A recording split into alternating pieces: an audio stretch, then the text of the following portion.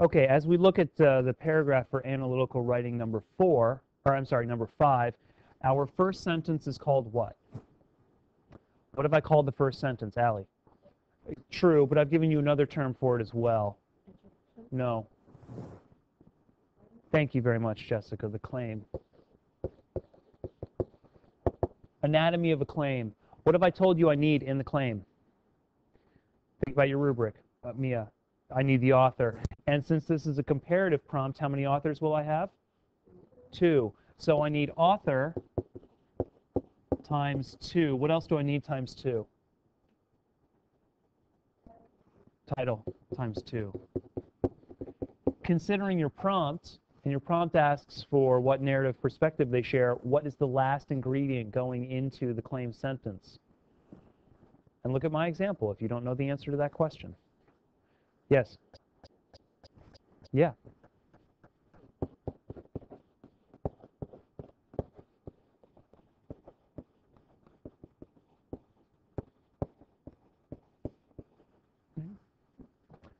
One, two, three. Those 3 ingredients have gone into my claim.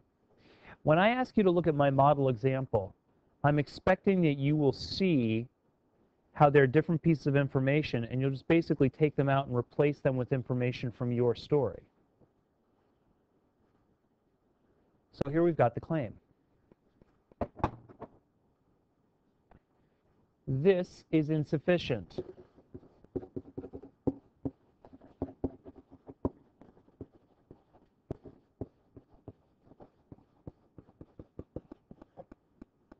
If I were to write that in the sentence, I would lose points. Anybody know why? Yeah. Asking you to choose what? True. It is asking you to choose the same perspective, but if I say, hey, this story and this story both use the same perspective, why is that insufficient? I'm not telling which one.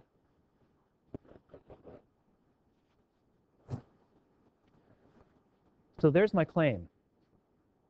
2 authors, 2 titles, and the type of perspective specifically. What did we decide my next sentence does? Looking back at the example, the sentence reads,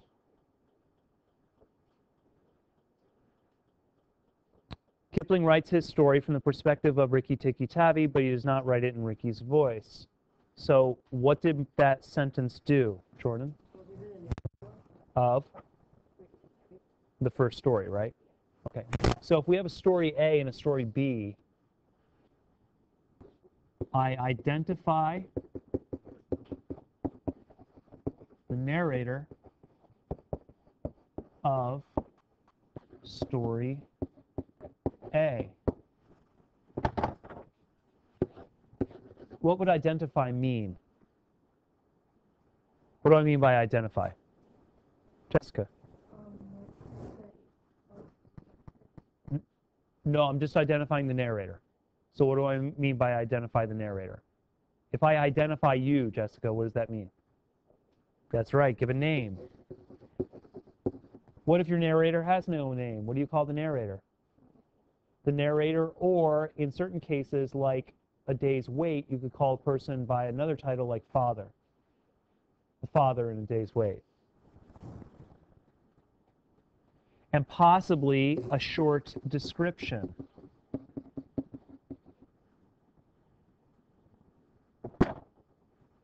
So actually, I could have added to my model example a mongoose. Gives you, from the perspective of a mongoose, or of Rikki Tikki Tavi, a mongoose. That's an identity of the narrator.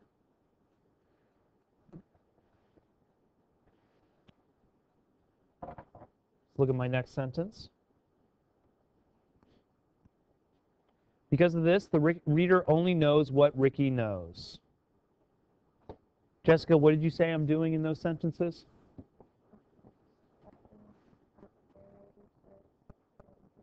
That's right.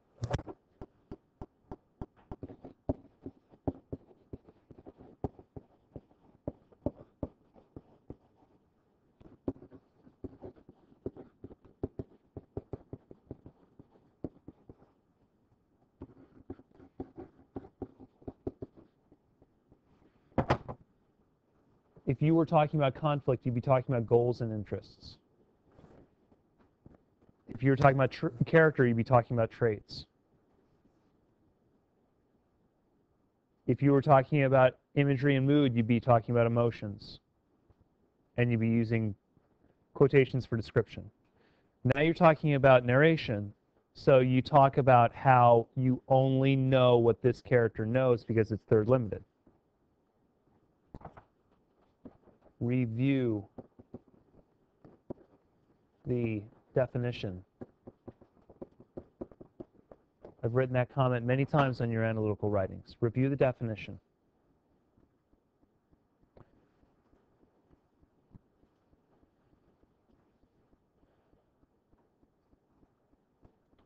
For example, the reader only knows about Nag and Nagina approaching the house, blah, blah, blah.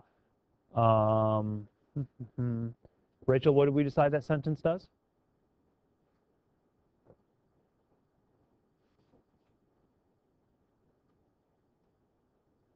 For example, the reader only knows about Nag and Nagina approaching and so on. What does that sentence do?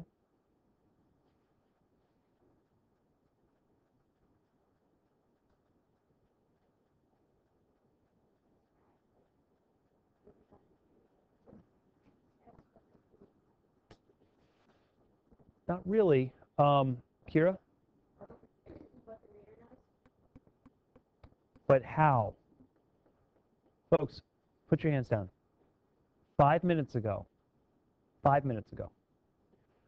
said this is an example sentence and that you know that because it has a transition device that says for example. This provides an example. And then I mentioned that my prompt requires examples.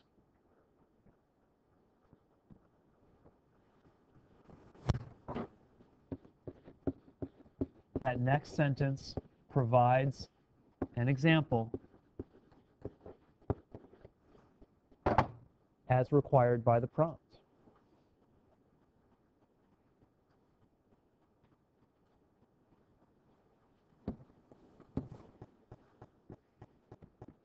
So let's see what I've done. I've given a claim. Hey, in this paragraph, I'm going to talk about this story and this story and this perspective. It's my topic. Okay, let's go. Let's talk about the first one. It's from this guy's perspective.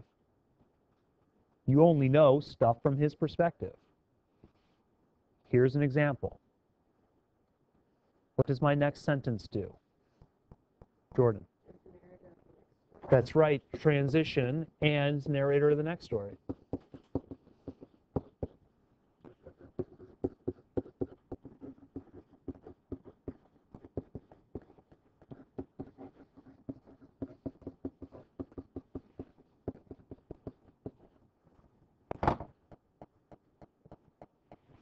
So for the next few sentences, will I try to do something new and unique, or will I basically repeat the pattern that I've established? Thank you. Clear analytical writing is about patterns that are clear and repeated.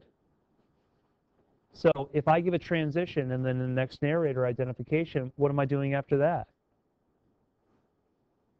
Just done this. Daniel? What was the next step with the first story?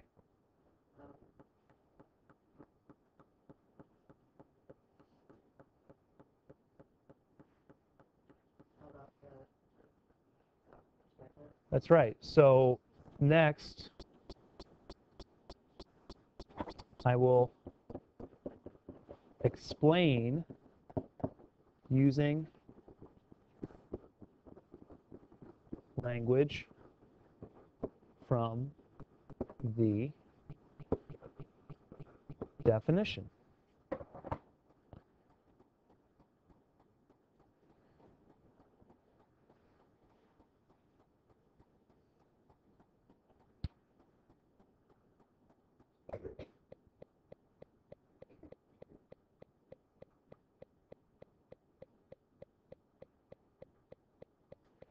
Dominic, was my next step after I used some language from the definition and explained? What will I do next?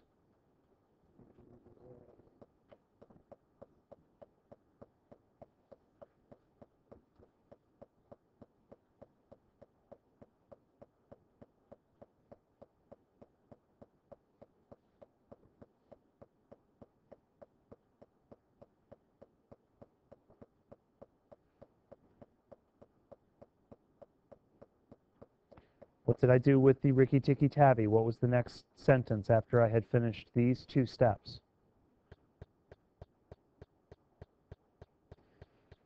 Okay, Dominic, let's go back here. Okay, I've given this sentence.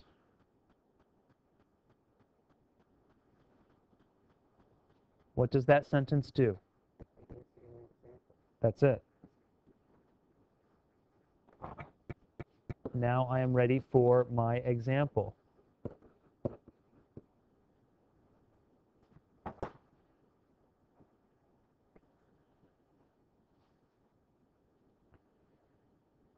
Once I've finished my example, I've discussed the first story, I've discussed the second story. What am I ready for? Rissy? That's it. Conclusion sentence.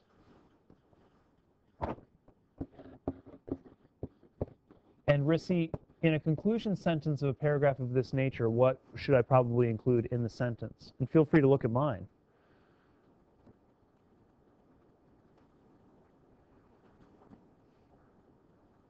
The author. Both authors. And Rissy, what else have I included in my example? I name the perspective again. Anything else, Rissy, that you see in there?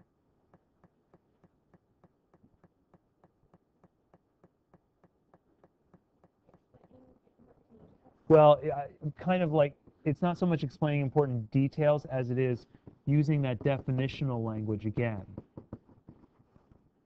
Like, don't I use the word limit? I use the word limit. Kipling and Gardner both limit the reader to the perspective of one character, keeping important details of the plot secret for a while. Okay, so let's review, and then we'll take a look at my paragraph one more time. I started with my claim sentence, carefully constructed based on the prompt. Two stories sharing a perspective, that's the information that's in that claim. Then I start with story A, because I can't deal with both of them at the same time. That would be confusing. And I give story A, I identify the narrator. It's Ricky Tikki Tavi. Then I explain, in third limited, that means that the narrator is a character in the, or not a character in the story, and we only know what that one character knows. And I give an example. For example, here's what happens. And then I say, well, and this happens in the dinner party too, with this character, the American naturalist. Then I give an example. For instance, when he doesn't know this, we don't know this. When he finds out, we find out. And then I'm ready for my conclusion. See how both authors use this perspective to limit character or reader information? Now let's read through it one more time and see if the whole paragraph makes sense to you. Both Rudyard Kipling in Ricky Tikki Tavi and Mona Gardner in The Dinner Party write their stories in a third-person limited perspective. Kipling writes his story from the perspective of Ricky Tikki Tavi, but he does not write it in Ricky's voice. Because of this, the reader only knows what Ricky knows. For example, the reader only knows about Nag and Nagina approaching the house to attack the family when Ricky hears them planning the attack.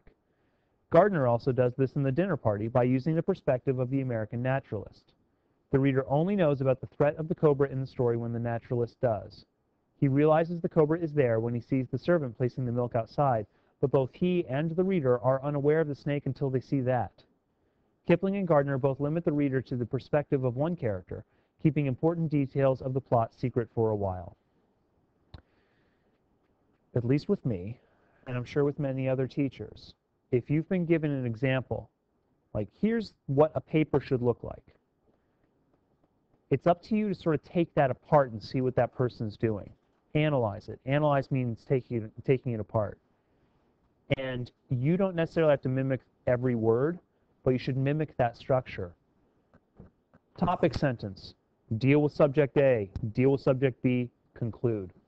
Make sure you've got examples. Make sure you include language from the definition. Make sure you include identify the narrator. And there's nothing else going on. Once you're finished with that, you're finished with your paragraph. Questions about that paragraph at all? I hope that clarifies. Let's look at your prompt. Find two stories from the unit that employ first-person narrative perspective.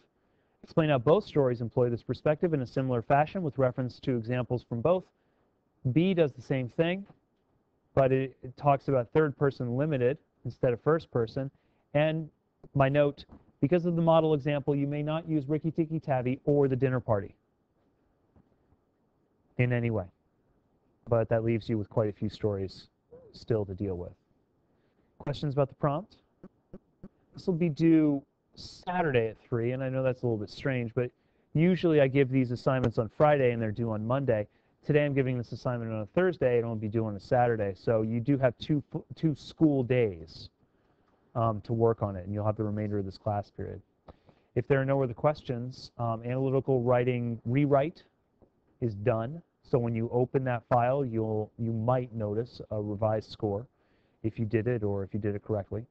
And number 5 is now on your plate. So get to it. Ask me questions as you have them.